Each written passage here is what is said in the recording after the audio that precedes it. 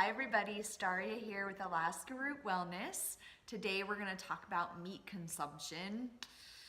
Kind of a crazy subject, but I want to give you a little bit of a background with the yoga perspective because you hear a lot of yogis are vegetarian, vegan, and there's a lovely reason why. It's not only just this fad, but there's the eightfold path that yogis follow, and within each limb there are certain guidances, and the first two are yamas and niyamas. These can be looked at as restraints and observances or guidances or little jewels to help live a better life. And the first one is ahimsa under the yamas.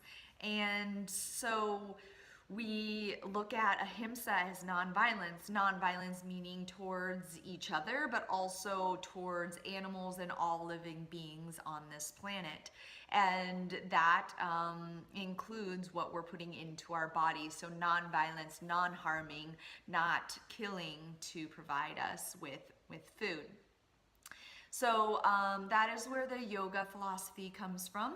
Ayurveda follows that. However, there is a little bit more of a broader look at this. So we do use meat as medicine in Ayurveda. We feel that if we choose our meat correctly, so knowing where the source is coming from, eating wild if is better, giving thanks to the animal for providing for us, knowing that it's not caged for its life, that there's not a traumatic death experience. So all of these things come to play when we're choosing what type of meat to put into our body. And then we're making sure that our digestive system is strong enough to handle this heavier substance. We're using smaller quantities. We're using it for a limited amount of time, and we're using it properly, and we're not wasting it.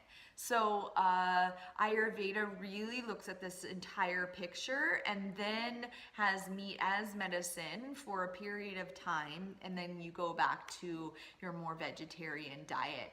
So this is just a lovely way of looking at how you want to eat meat. None of us need meat all the time, but there are certain times that some of us will really crave it, and if we're really listening to our body, then this is something important to honor.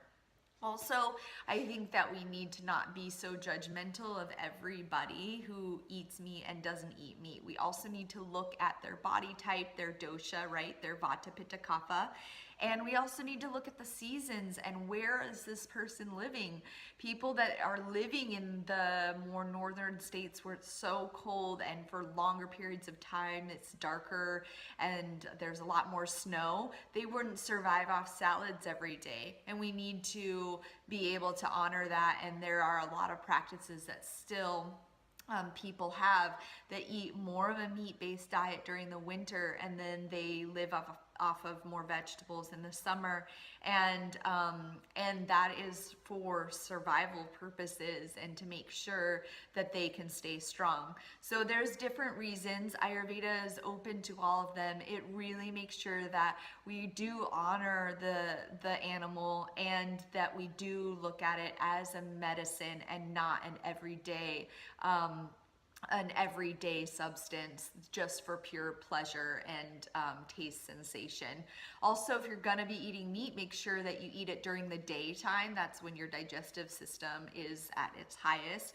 And if you've had iron deficiency, look at eating small quantity of meat every day for about 2 weeks during at your midday meal, and see if that really helps you kick up your iron, and then you can slowly wean off of it and go back to your vegetarian diet. If you have any questions, please let me know.